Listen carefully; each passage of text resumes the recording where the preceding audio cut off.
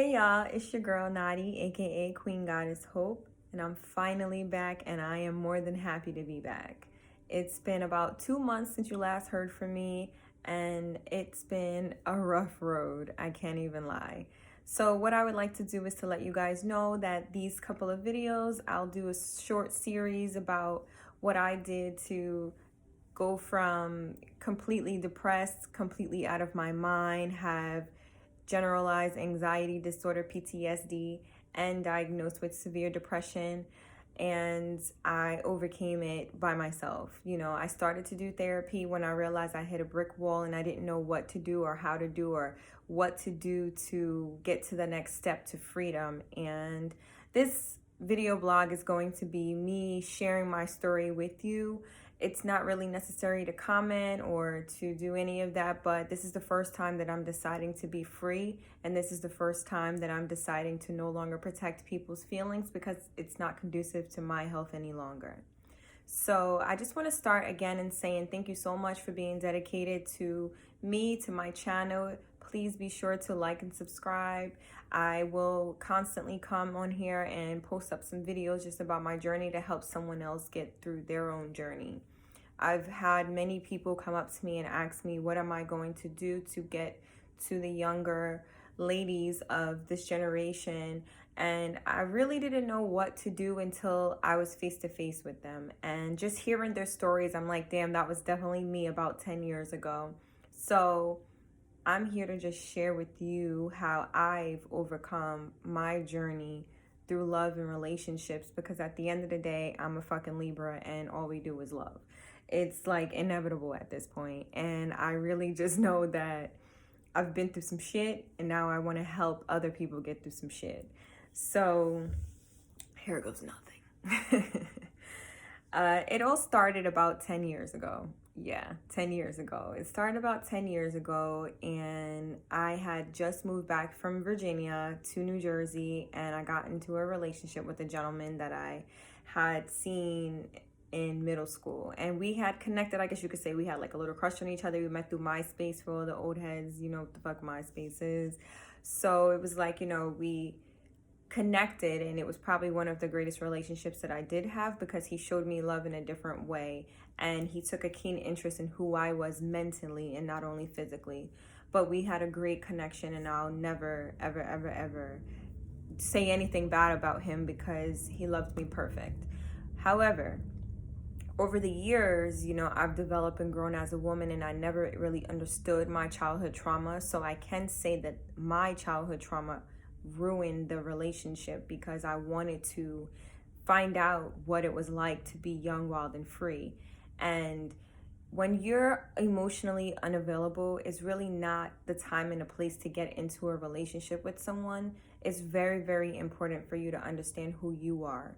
And I never understood who I was. I never understood what it was like to love myself and be myself and feel the freedom of what I call now free as fuck, because that's all I aspire to be. A lot of people penalize me for saying that I don't care about very much. And it's not to say that I don't care. It's just to say that I've been through enough to no longer care about people's feelings all the time, because a lot of people that we go into relationships with also don't even realize that they carry their own type of trauma, and they've never done the work to heal that part of them or that inner child in them. And there are some things that I'm still overcoming as an adult, you know, knowing that I am now hashtag free as fuck. And I know that I've gone through so many days and nights where I've sat up and crying and journaling and trying to understand who I was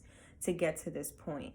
So throughout that relationship, I was constantly arguing and bickering and fighting about stupid dumb shit that's completely irrelevant, as you know, but oftentimes in your 20s, that's what it is. You know, you kind of want to bounce to the beat of your own drum, if you will, or however that saying goes.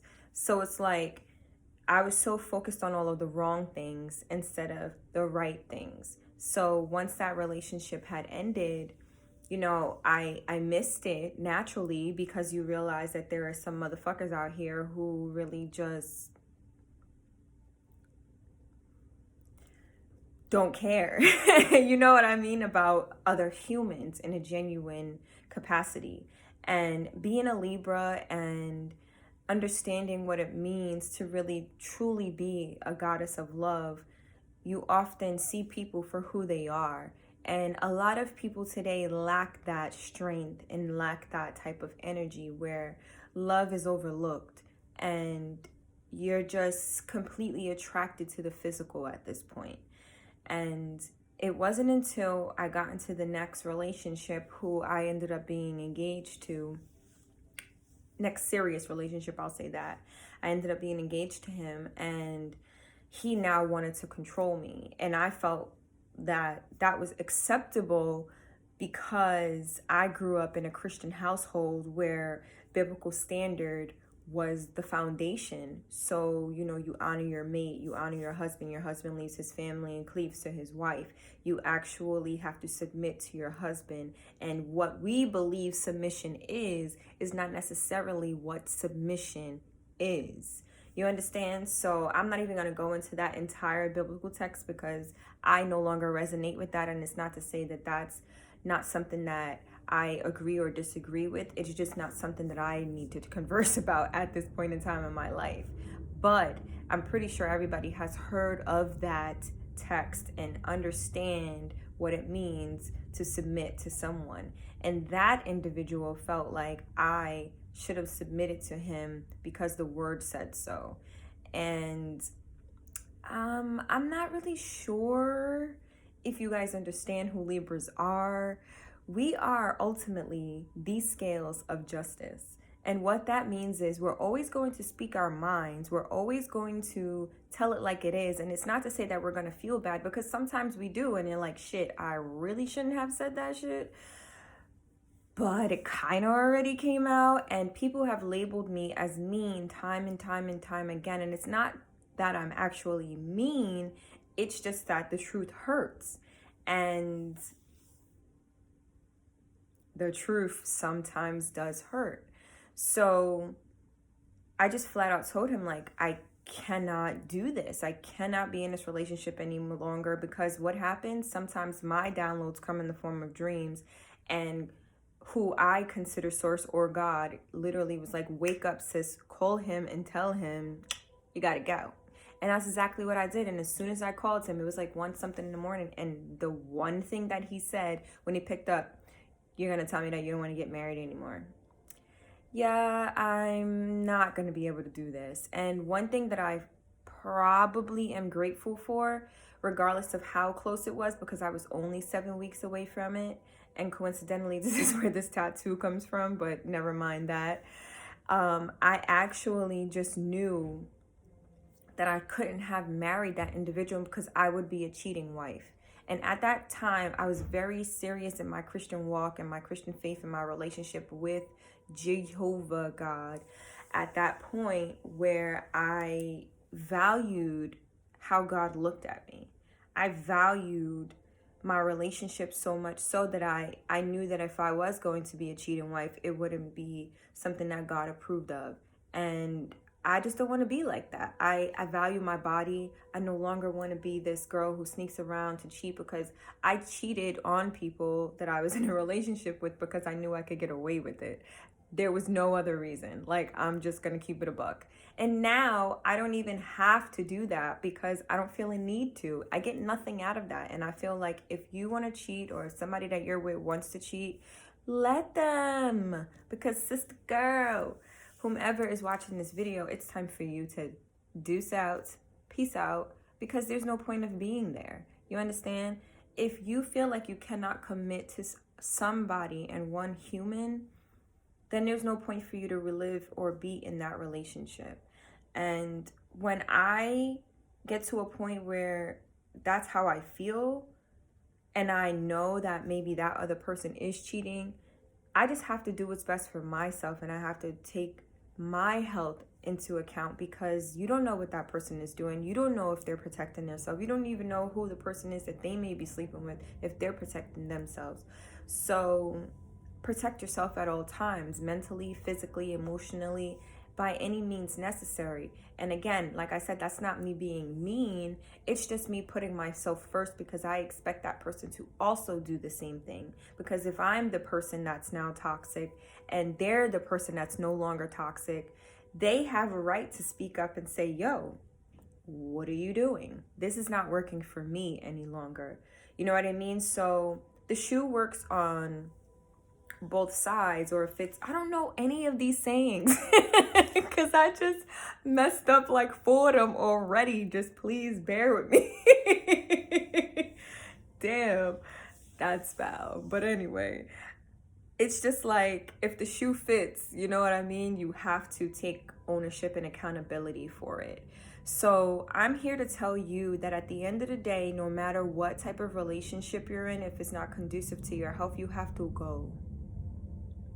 And my last relationship was not conducive to my health because I ended up with all of those things that those people diagnosed me as and prescribed me with medication, and thought that I was going to sit here and accept it. And I'm glad that I didn't, because at some point I said, there's no fucking way that I'm this cuckoo like these people are trying to say that I am.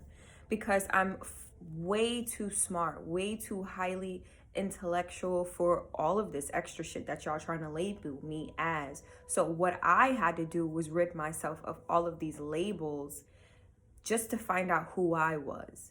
And at some point, like I said, from summer 2017 until the end of 2019, I was like, I need to go on this journey to find out who I am. And lately, I figured it out. I definitely know who I am and who I love to be, you know, one day.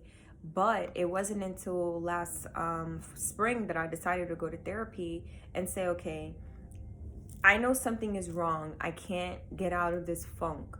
And I know that I can be happy. I know that I can be free. I know that I am supposed to live a fruitful life. What is wrong? And that's when I decided to call up a therapist and find out. I was completely sick with my job. I was completely sick of my relationship. I was completely sick of my surroundings. I had traumatic event after event after event after event after event after event happen to me for like 10 straight years. And no one ever introduced me to therapy. No one ever introduced me to mental health and understanding how it can actually cripple you. It got to a point where I hated work completely. I was like, fuck this job. I don't care what y'all say. I know I'm pretty good at it and I'm gonna do whatever I want. And that's literally what I did. And it's something that I'm not proud of, but at the end of the day, my job was also the issue. So I had to remove myself from that situation as well. And what are we in February now? April will be a complete year that I have been self-employed with no W-2 income, which is crazy to me because I don't even know how I'm still like killing the game, you know what I mean? And I've been self-employed for the past 6 years, 7 years, but to say that I'm still trekking along and I formed a holdings company in the midst of all of this, you know, people don't even understand the woes of entrepreneurship, but people don't even understand how much work you actually put into being an entrepreneur. It can put you to crazy suicidal shit sometimes because it's like you don't even understand how you're going to make this shit pop. You don't even understand how it's going to make it work. But you also have to understand who you are so that it does work, so that you know when to put a pause on something, so that you know when it's time to take a step back. And I didn't know how to do any of that, and I was in a bad relationship. So I just want to say again that I'm just going to start recording some videos that are sheerly based upon all of these things that I mentioned, you know, entrepreneurship, terrible ass relationships, loving relationships with yourself, you know, and your friends and your family, and understanding who you are, taking care of your body, nurturing yourself, and applying all of these needs and applying all of these, what's the word that I want to use? Resources and tools to help you grow, to help you stay on course, because it is definitely a tough road and it's definitely a pain in the ass, and it's definitely meant for select few. However, everybody's not meant to lead a community. And I will say that with boldness because some people are meant to be leaders. We look at all of the big conglomerates here in the world today, and there's a select few. You understand? Some people are meant to lead and some people are meant to follow, and not follow so that it's considered negative, but you're following a blueprint of someone else so that you can now create your own profitable life, your own successful life, something that you can be proud of, because these are our forefathers and mothers who have led a great course, they ran a great marathon. And, we're just following their blueprint at this point. And we take bits and pieces from different people and understand that this path is not always going to be easy. But as long as you can actually follow their lead, then you got to do what you got to do to keep it going. So again, thanks so much for being dedicated and listening. And please make sure you like and subscribe. And I'll see you on the next video. Adios.